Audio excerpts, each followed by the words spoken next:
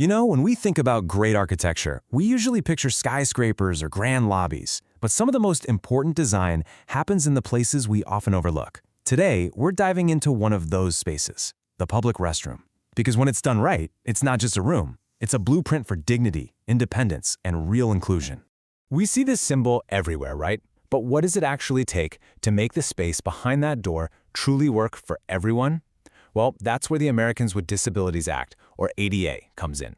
And these standards aren't just a boring set of rules. Think of them more as a design philosophy, a way to build a world that's open to all of us. Let's see how it works. Okay, first things first, let's bust a common myth. The ADA standards don't actually tell a builder how many toilets they need. That's up to the local plumbing codes. Instead, the ADA focuses on how those restrooms are designed. It's a really important shift from just counting fixtures to focusing on the quality of access. So where do you even begin with accessible design? You might think it starts with the toilet or the sink, but nope. It all begins with the most fundamental element there is: empty space. The layout, the actual floor plan, is the foundation for everything else. And that brings us to this absolutely critical concept, turning space. Seriously, this is the non-negotiable heart of any accessible layout. It's a dedicated, clear zone that guarantees a person using a wheelchair can get in, turn around completely, and get out, without any tricky, frustrating maneuvers. What's really smart about this is the flexibility it offers. Designers have two main ways to create this space. You can either use a simple 60-inch circle, which is easy to imagine, or you can use a T-shaped area, which can be a little more efficient in tight spots. It gives architects options, which is always a good thing. And seeing it like this really drives the point home, doesn't it? This isn't just a circle on a blueprint. For someone in a wheelchair, that clear space is freedom. It's the difference between a building being usable or just a barrier. It's all about independent movement. All right, so we've poured the foundation with our clear floor space. Now it's time to start adding the fixtures. And this is where the details become absolutely critical. Getting these right is what makes the whole room work. In any accessible restroom, you're really focusing on three main things: the toilet, which is called a water closet in the standards, the grab bars, and the sink, or lavatory.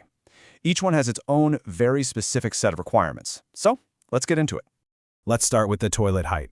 That 17 to 19-inch range isn't just a random number. It's based on ergonomics. It's meant to align the height of the toilet seat with the height of an average wheelchair seat. This makes transferring from the chair to the toilet and back again so much safer and less strenuous. A small detail with a huge impact. Next up, grab bars. These are not optional accessories, they are vital pieces of equipment. They provide the stability someone needs to sit down, stand up, or shift their position, and their placement is incredibly precise. The lengths and heights are all specified to make sure they are exactly where a person expects and needs them to be for support. And here again, you see that built-in flexibility. The standards are smart. They know that sometimes the plumbing for the toilet's flush valve can get in the way. So if you can't install one long bar on the back wall, it's okay to split it into two. The goal is consistent support even when the hardware presents a challenge. You also have to think about how all the fixtures interact with each other. It's like a puzzle. The sink needs its own clear space for someone to roll up to it. But, and this is so important, that space cannot overlap with the clear space needed next to the toilet. That separation is key to making sure there's enough room for a safe transfer. So we've covered the individual pieces of the puzzle. Now let's zoom out and see how they all fit together in the two most common types of restrooms you'll find out in the world. So the rules change a bit depending on the type of room. If you've got a single-user restroom, the kind with a lock on the main door, then the entire room has to meet all the standards. But in a bigger, multi-user restroom with stalls, the focus shifts to making sure that at least one of those stalls is fully accessible. And you can see the difference pretty clearly here. On the left, you have that single-user room where everything, the toilet, the sink, the turning space, is all integrated. Then on the right, you see the multi-stall setup, with that one larger, dedicated accessible stall that has everything built into it. And that accessible stall has its own little checklist of must-haves. The door has to be self-closing, which is great for privacy and ease of use. You need toe clearance under the walls so the footrests of a wheelchair can fit, and the door is intentionally offset from the toilet, creating a clear path to get in and maneuver. Okay, we've gone over the fundamentals, but let's be honest, the real world is messy and rarely fits into a perfect box. So let's talk about a couple of common, tricky situations that architects and business owners run into all the time. This is a big one. How in the world do you apply all these modern standards to a building that might be 100 years old? Well, the standards are actually pretty practical about this. They have a concept called technically infeasible. Basically, if making a restroom fully compliant would require, say, moving a major load-bearing wall, you don't have to do it. You just have to make it as accessible as you possibly can. And a fantastic solution in these cases is to create a single, separate, fully accessible unisex restroom that anyone can use. Here's another scenario you've definitely seen. What about all those portable toilets at a festival, a park, or a concert? Do the same rules for accessibility apply there? Yep, they absolutely do. For any group of portable toilets, at least 5% of them have to be fully accessible. And that means they need to have all the core features we've been talking about, the right amount of space, the grab bars, everything.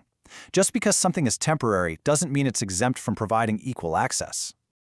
I love this quote because it's taken directly from the ADA standards. It perfectly captures the whole spirit of this thing. It's a reminder that all these measurements and rules are the minimum. The real goal, the higher purpose, is to create spaces that are genuinely comfortable and enhance usability for everyone. So in the end, this blueprint we've been looking at isn't just about diagrams and dimensions. It's really about foresight. It's about empathy. It's about intentionally designing a world that gives every single person the dignity and independence they deserve.